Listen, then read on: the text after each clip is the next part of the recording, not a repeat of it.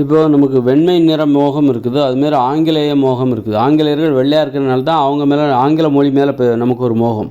ஆங்கில மொழி மேலே நமக்கு ஏன் மோகம்னா, ஆங்கில மொழி பேசுகிறவர்கள் வெள்ளையாக இருக்கிறார்கள். அதனால தான் ஆங்கில மொழி மேலே நமக்கு ஒரு மோகம். அது மாதிரி ஆங்கிலேயர்கள் வந்து உலகம் முழுக்க ரொம்ப ஆதிக்கம் செலுத்துகிறவர்களாக இருக்கிறார்கள். அதனால் ஆங்கில மொழி கற்றுக்கொண்டால் நாம் ஆங்கிலேயர் போன்று ஆகிவிடலாம், அதுபோன்று உலகத்தையும் நாம் ஆதிக்கம் செலுத்தலாம் அப்படிங்கிற ஒரு எண்ணம் தான் ஆங்கில மொழி மீது உள்ள ஒரு மோகத்துக்கும் காரணம். அதுமாதிரி நமக்கும் இந்த வெண்மை நிறத்துக்கும் காரணம் என்னென்னா, ஆதிக்கம் செலுத்துகிறவர்கள் ஆங்கிலேயர்கள் வெண்மை நிறமாக இருக்கிறார்கள். வெண்மை நிறம் இருந்து விட்டாலே ஆதிக்கம் செலுத்துகிற திறமை வந்துவிடும். இந்த உலகை ஆதிக்கம் செலுத்த வேண்டும் என்றால் நம்ம வெண்மை நிறத்தில் இருந்தால் தான் அது முடியும். கருப்பாக இருக்கிறவங்களால ஆதிக்கம் செலுத்த முடியாது. அந்த வெண்மை நிற மோகத்துக்கு அதான் காரணம். நம்ம வந்து மற்றவங்களை டாமினேட் பண்ண முடியும். வெண்மை நிறத்துக்கு அப்படி ஒரு சக்தி, அவங்களுடைய பலமே வெண்மை நிறம் தான். வெள்ளையாக இருக்கிறதுனால தான் அவங்க ஆதிக்கம் செலுத்துகிறாங்க அப்படிங்கிற அந்த நம்ம நினைக்கிறோம், நம்ம நம்புகிறோம். உலகம் முழுக்க பார்த்திங்கன்னா அந்த வெள்ளையாக இருக்கிறவங்க தான் ஆதிக்கம் செலுத்துவாங்க. உலகம் முழுக்க யார் வலிமையாக இருப்பாங்க அப்படின்னா, வெள்ளையாக இருக்கிறவங்க வலிமையாக இருப்பாங்க. படிக்கலைன்னா கூட அவங்க வலிமையானவர்களாக இருப்பார்கள். கருப்பாக இருக்கிறவங்க படித்தா கூட வலிமை குறைந்தவர்களாக தான் இருப்பாங்க. பார்த்திங்கன்னா படிச்சிருந்தால் கூட கொஞ்சம் வலிமை குறைந்தவர்களாக தான் இருப்பாங்க. சதவீத அடிப்படையில் கருப்பாக இருக்கிறவங்க வலிமை குறைந்தவர்களாக இருப்பார்கள். படிச்சிருந்தால் கூட அவங்க வந்து இப்போ நிறைய பேர் பாருங்கள், தமிழ்நாட்டில் சரி நிறைய படித்தவங்க வந்து எல்லாருமே அவங்க வந்து ரொம்ப தலை நிமிர்ந்த நிலையில் இருக்காங்களா அப்படின்னா இல்லைன்னு தான் அர்த்தம். அதேமாதிரி இப்போ இந்த வெள்ளையாக இருக்கிறவங்க பார்த்திங்கன்னா தங்களுடைய உரிமையில் ரொம்ப விழிப்புணர்வோடு இருப்பாங்க, ரொம்ப தெளிவாக இருப்பாங்க. வெள்ளையாக இருக்கிறவங்க இந்த தாய்மொழியில் படிக்கிறது அதிலெல்லாம் வந்து தாய்மொழி பற்று இவங்க வெள்ளையாக இருக்கிறவங்களுக்கு ரொம்ப அதிகம். ஏன்னா தன்னை வந்து அவங்க தாழ்வாக நினைக்கிறதில்ல. அவங்க வெள்ளையாக இருக்கிறதுனால அவங்களுக்கு தன்னை பற்றிய ஒரு உயர்வு மனப்பான்மை, தன்னை பற்றி தான் பேசுகிற மொழியை பற்றி ஒரு உயர்வு மனப்பான்மை இருக்கும். இந்த தாழ்வு மனப்பான்மை யாருக்கு இருக்கும் அப்படின்னா, அதாவது தன்னையே இழிவாக நினைக்கிற ஒரு மனப்பான்மை யாருக்கு இருக்குன்னா அந்த கருப்பாக இருக்கிறவங்களுக்கு இருக்குது. கருப்பாக இருக்கிறவங்களுக்கு தன்னை இழிவாக நினைப்பாங்க, தன்னை தாழ்வாக நினைப்பாங்க, தான் பேசுகிற மொழியையும் தாழ்வாகத்தான் நினைப்பார்கள். அதனால் குழப்பவாதிகளாகவே இருப்பாங்க. இந்த கருப்பாக இருக்கிறவங்க குழப்பவாதிகளாக இருப்பாங்க. அதுவே வெள்ளையாக இருக்கிறவங்களுக்கு வந்து தன்னை பற்றிய உயர்வு மனப்பான்மை, தன்னை பற்றி அது காரணம் வெள்ளையாக இருக்கிறதுனால தான். அதனால் அவங்களுடைய பழக்க வழக்கங்கள், அவங்க பேசுகிற மொழி, அந்த தாய்மொழி பற்றுங்கிறது வந்து இந்த வெள்ளையாக இருக்கிறவங்களுக்கு ரொம்ப அதிகமாக. காரணம் என்னென்னா அவங்க தங்களை வந்து தாழ்வாக நினைக்கிறதில்ல. அதனால தான் இந்த உலகம் முழுக்க வெள்ளையாக இருக்கிறவங்க ஆதிக்கம் செலுத்துகிறவர்களாக இருப்பார்கள். வெள்ளையாக இருக்கிறவங்க எங்கேயுமே ஒரு முன்னேறிய நிலையில் இருப்பாங்க. முன்னேறிய நாட்டினர் அனைவருமே வெள்ளையாக தான் இருப்பாங்க. இந்த சைனாக்காரங்க, ஜப்பான்காரங்க, ரஷ்யாக்காரங்க, இங்கிலாந்துக்காரங்க, ஜெர்மன்காரங்க, ஃப்ரான்ஸ்காரங்க, பார்த்திங்கன்னா எல்லாம் வந்து கனடாக்காரங்க எல்லாம் வெள்ளையாக இருக்கிறவங்க தான். அதனால் வெண்மையாக இருப்பவர்கள் அவங்க படிக்கலைன்னா கூட அவங்க தங்களை உயர்வாக தான் நினைக்கிறாங்க. அது மாதிரி பாகிஸ்தான்காரனுங்க பாருங்கள், பாகிஸ்தான்காரங்க, அரேபியக்காரங்க இப்போ தான் ஒரு சில நிறைய கண்ட்ரியில் இப்போ தான் படிக்க ஆரம்பிக்கிறாங்க. ஆனாலும் அவர்கள் தங்களை உயர்வாகவே நினைப்பாங்க, தாழ்வாக நினைக்க மாட்டாங்க. அவங்க மொழி மீது அவர்களுக்கு ஒரு பற்று இருக்கும். காரணம் அந்த வெண்மை நிறம் தான் காரணம். கருப்பாக இருக்கிறவங்க கொஞ்சம் ஏமாளியாகவும் அப்பாவியாகவும் இருப்பாங்க. கொஞ்சம் பயந்த சுபாவமும் மென்மையானவர்களாக இருப்பார்கள். கருப்பாக இருக்கிறவங்க மென்மையானவர்களாக இருப்பார்கள், ஏமாளியாகவும் அப்பாவிகளாகவும். அதுவே வெள்ளையாக இருக்கிறவங்க ரொம்ப வன்மையானவர்களாக இருப்பார். வன்முறை உணர்ச்சி அவர்களுக்கு ரொம்ப அதிகம். அவங்களுக்கு உயர்வு மனப்பான்மை, ஒரு சுப்பீரியாரிட்டி காம்ப்ளெக்ஸ் அவர்களுக்கு அதிகம். அதனால் இன்ஃபீரியாரிட்டி காம்ப்ளெக்ஸில் இவங்க யார், நம்ம கருப்பாக இருக்கிறவங்க இருப்பாங்க. ஸோ இப்போ அதனால் அந்த வகையில் ரொம்ப வன்முறை உணர்ச்சி மிகுந்தவர்களாக வெள்ளை நிறத்தவர்கள் இருப்பார்கள். இப்போ இதுக்கெல்லாம் என்ன தீர்வு அப்படின்னா, நிலையாக ஒரு இடத்துல வசிக்கணும். ஒப்பிடும்போது தான் இந்த தாழ்வு மனப்பான்மை இருக்கும். கருப்பாக இருக்கிறவங்களுக்கு தன்னை எப்போ தாழ்வாக நினைக்கிறாங்க, பக்கத்தில் ஒரு வெள்ளையாக இருக்கிறவங்க இருக்கும் போது தான் கருப்பாக இருக்கிறவங்க தன்னை தாழ்வாக நினைப்பாங்க. ஒரு வெள்ளையாக இருக்கிறவங்க தன்னை எப்போ உயர்வாக நினைக்கிறாங்க, பக்கத்தில் ஒரு கருப்பாக இருக்கிறவங்க இருக்கும்போது தான் வெள்ளையாக இருக்கிறவங்க தன்னை உயர்வாக நினைப்பாங்க. இந்த நிறம் வந்து ஒரு நிறத்துக்கு ஒரு கவர்ச்சி இருக்குது. அதனால் எது உயர்ந்த நிறம், எல்லாமே உயர்ந்த நிறம் அப்படின்னு நம்ம சொல்ல தேவையில்ல. ஒரு நிறத்தில் வந்து சில நிறத்துக்குன்னு ஒரு ஈர்ப்பு இருக்கும். கருப்பு நிறத்துக்குன்னு ஒரு ஈர்ப்பு இருக்கும், ஒரு தன்மை இருக்கும். வெள்ளை நிறத்துக்குன்னு ஒரு தன்மை இருக்கும். அப்போ எந்த நிறமுமே கருப்பாக இருக்கிறது உயர்ந்தது தான். எப்போ அப்படின்னா, ஒரு கருப்பாக இருக்கிறவங்க வாழ்கிற இடத்துல அங்கே வெள்ளை நிறத்தவர்கள் இருக்கவே கூடாது. அந்த மாதிரி வெள்ளை நிறத்தவர்கள் வாழ்கிற இடத்துல கருப்பாக இருக்கிறவங்க இருக்கவே கூடாது. ஒரு இயல்பான மனநிலையில் வாழணும். வெள்ளையாக இருக்கிறவங்க தன்னை வந்து ரொம்ப உயர்ந்தவங்கன்னு நினைக்கிறாங்கல்ல, கருப்பாக இருக்கிறவங்க தாழ்வான்னு நினச்சிக்கிட்டு கருப்பாக இருக்கிறவங்களோட தன்னை ஒப்பிட்டு பார்த்து அதன் மூலம் தன்னை உயர்வாக நினைக்கிறாங்க பார்த்தீங்களா? அந்த மனநிலை தான் வெள்ளையர்களுக்கே எதிரானது, வெள்ளை நிறத்தவர்களுக்கே எதிரானது. ஒரு இயல்பான மனநிலையில் இருக்கணும்.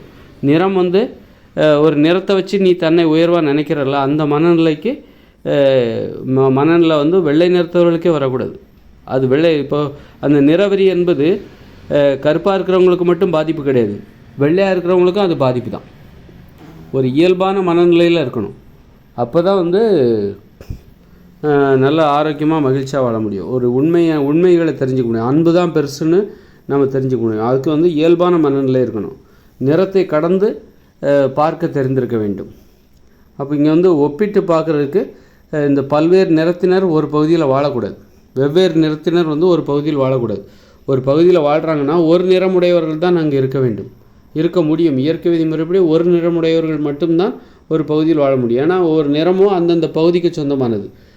ஆப்பிரிக்காவில் கருப்பு நிறத்தவர்கள் தான் இருக்க வேண்டும், இருக்க முடியும். வெள்ளை நிறத்தவர்கள் போய் குடியேறினது தான். அவங்க வெள்ளை ஆப்பிரிக்காவில் வெள்ளையர்கள் இருக்காங்கன்னா அவங்க போய் அந்த இடத்துல போய் குடியேறினாங்க. இல்லாமல் போய் அங்கே ஏற்கனவே கருப்பர்கள் தான் இருந்தார்கள். அது மாதிரி அந்தந்த நிறத்துக்காரங்க அங்கே இருக்கணும். மற்ற நிறத்துக்காரங்க உள்ளே போகும்போது ஒப்பிட வேண்டிய அவசியம் வரும். அப்போ எது உயர்வு தாழ்வு, எது சிறப்பு அப்படிங்கிற அந்த கேள்வி வரும். அப்போ இந்த மாதிரி பிரச்சனைகள் வரும்.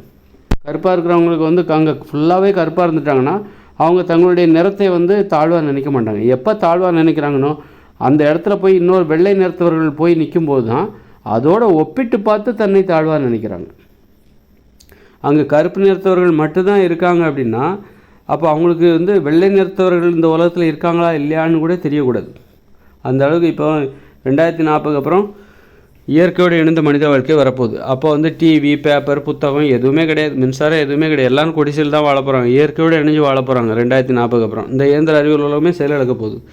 அப்போ இந்த உலகத்தில் அதுக்கப்புறம் வரப்போகிற அடுத்தடுத்த தலைமுறையினர் பார்த்திங்கன்னா இப்போது ஆப்பிரிக்காவில் இருக்காங்கன்னா அவங்க கருப்பாக இருப்பாங்க அப்படின்னா அவங்க வெள்ளை நிறத்தில் மனுஷங்க இருப்பாங்களா அப்படிங்கிறது கூட தெரியாது. இப்போ நமக்கே அப்படி தானே. இப்போ ஆங்கிலேயர்கள் இங்கே வர்றது வரைக்கும் இந்த அளவுக்கு வெள்ளையாக மனுஷங்க இருப்பாங்கங்கிறதே நமக்கு தெரியாது, இந்தியர்களுக்கு தெரியாது. இந்த அளவுக்கு வெள்ளையர்னு மனுஷங்க இருப்பாங்களா அப்படிங்கிறதே வந்து இந்த தமிழ்நாட்டுக்காரங்களுக்கு தெரியாது. அவங்க அங்கேருந்து இங்கே வந்து நம்மக்கிட்ட வந்து அவங்க மூஞ்ச காமிச்ச போய் தான் இப்படியெல்லாம் இருக்காங்க, இப்படி ரோஸ் கலரில் இருக்காங்க, என்னடா இது ரொம்ப வித்தியாசமாக தெரிஞ்சாங்க. அதனால் நிலையாக ஒரு இடத்துல வசிச்சிட்டாக்கா நமக்கு வந்து வெள்ளையாக மனுஷங்களாம் இருக்காங்களா அப்படின்ட்டு இப்போ தமிழ்நாட்டுக்காரங்களுக்கு இந்த அளவுக்கு வெள்ளையாக மனுஷங்க இருக்காங்களா அப்படின்ட்டு நிலையாக ஒரு இடத்துல வசிக்கும்போது நமக்கு தெரியவே தெரியாது. வெள்ளை நிறத்தில் மனுஷங்களாம் இருக்காங்க அப்படின்னு நமக்கு தெரியவே தெரியாது. அது மாதிரி வெள்ளைக்காரங்களுக்கு கருப்பாக மனுஷங்க இருக்காங்கங்கிறது அந்த வெள்ளை நிறத்தவர்களுக்கு தெரியாது. நிலையாக ஒரு இடத்துல வசிக்கும்போது அந்த இன்னொரு நாட்டில் யார் வசிக்கிறாங்க, அவங்க என்ன கலரு, அவங்க என்ன மொழி பேசுவாங்க, எதுவுமே நமக்கு தெரியாது. நாம தான் நம்முடைய உலகம் அப்படின்னு நாம் நம்பிகிட்ருப்போம். நம்முடைய நிறம்தான் நமக்கு தெரிஞ்சது. கண்டிப்பாக உலகத்தில் வெவ்வேறு நாட்டில் வெவ்வேறு மாதிரி இருப்பாங்க, அது நமக்கு தெரியாது.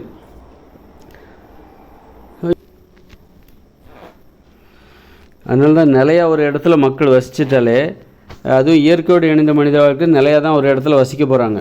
இன்னொரு நாடு விட்டு நாடு போய்கிட்டே எல்லாம் இருக்க மாட்டாங்க, நாடியோடு தனிமாக வாழ மாட்டாங்க. அப்போ இன்னொரு இடத்துல என்ன இருக்குங்கன்னே யாருக்குமே தெரிஞ்சிக்க முடியாது.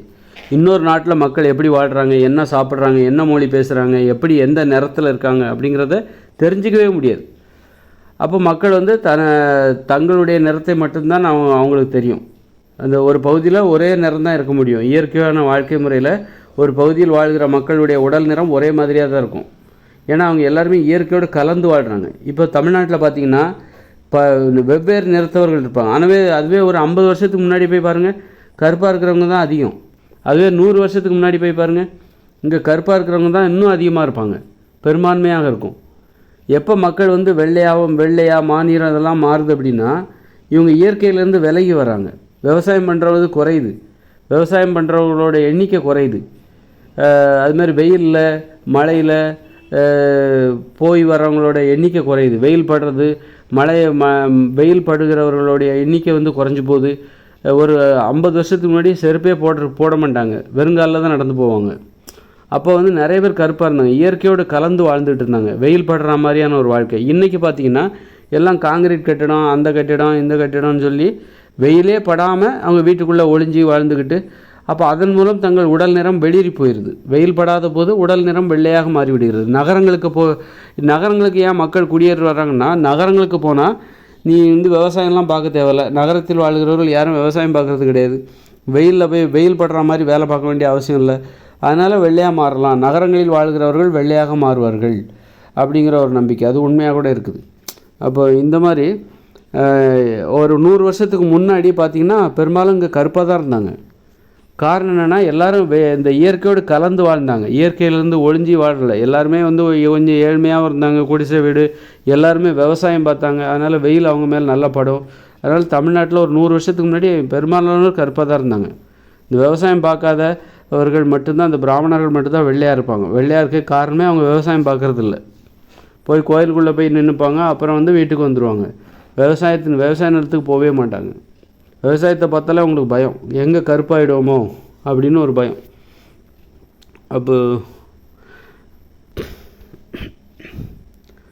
அப்போ தமிழ்நாட்டில் வந்து ஏன் மக்கள் இவ்வளோ கலந்துருக்காங்க, ஒரே நேரத்தில் இல்லை அப்படின்னா என்ன காரணம்? தமிழ்நாட்டில் இருக்கவங்க வெள்ளையாகவும் இருக்காங்க, ஒரு மாநிலமாகவும் இருக்காங்க, கருப்பாகவும் இருக்காங்க. காரணம் என்னென்னா, அவங்க இயற்கையிலேருந்து யார் நல்ல பணக்காரங்களாக இருக்காங்களோ, அவங்க விவசாயம் பார்க்காம இருக்காங்களோ, அவங்க வந்து விவசாயத்தில் இறங்கி வேலை பார்க்காதவங்க யாரெல்லாம் இருக்காங்களோ அவங்கெல்லாம் வெள்ளையாயிட்டாங்க. காங்கிரீட் வீடுகளில் உள்ளே இருந்து நிழல்லே இருந்து வெள்ளையாயிட்டாங்க. யார் வெயில் படுற மாதிரி வாடுறாங்களோ, இந்த வியாபாரிகள், மார்க்கெட்டில் காய்கறி வியாபாரிகள், விவசாய நிலத்தில் வேலை பார்க்குறவங்க, இவங்க இன்னும் கருப்பாகவே இருக்காங்க, வெயில் படுற மாதிரி ஒரு வாழ்க்கை வாழ்கிறாங்க. இந்த மாதிரியான வாழ்க்கை முறையில் உள்ள வேறுபாடுகள் தான் இன்றைக்கி தமிழ்நாட்டில் வந்து ஒருத்தர் வெள்ளையாக இருக்கிறதுக்கும் ஒருத்தர் கருப்பாக இருக்கிறதுக்கும் காரணம், ஒருத்தர் மாநிலமாக இருக்கிறதுக்கு காரணம், எல்லா நேரத்துலையும் கலந்து இருப்பதற்கு காரணம். இன்னும் நிறைய பேர் வெள்ளையாக இருக்கிறதுக்கு நிறைய பேர் முயற்சி பண்ணிட்டு வராங்க, நிறைய பேர் வராங்க.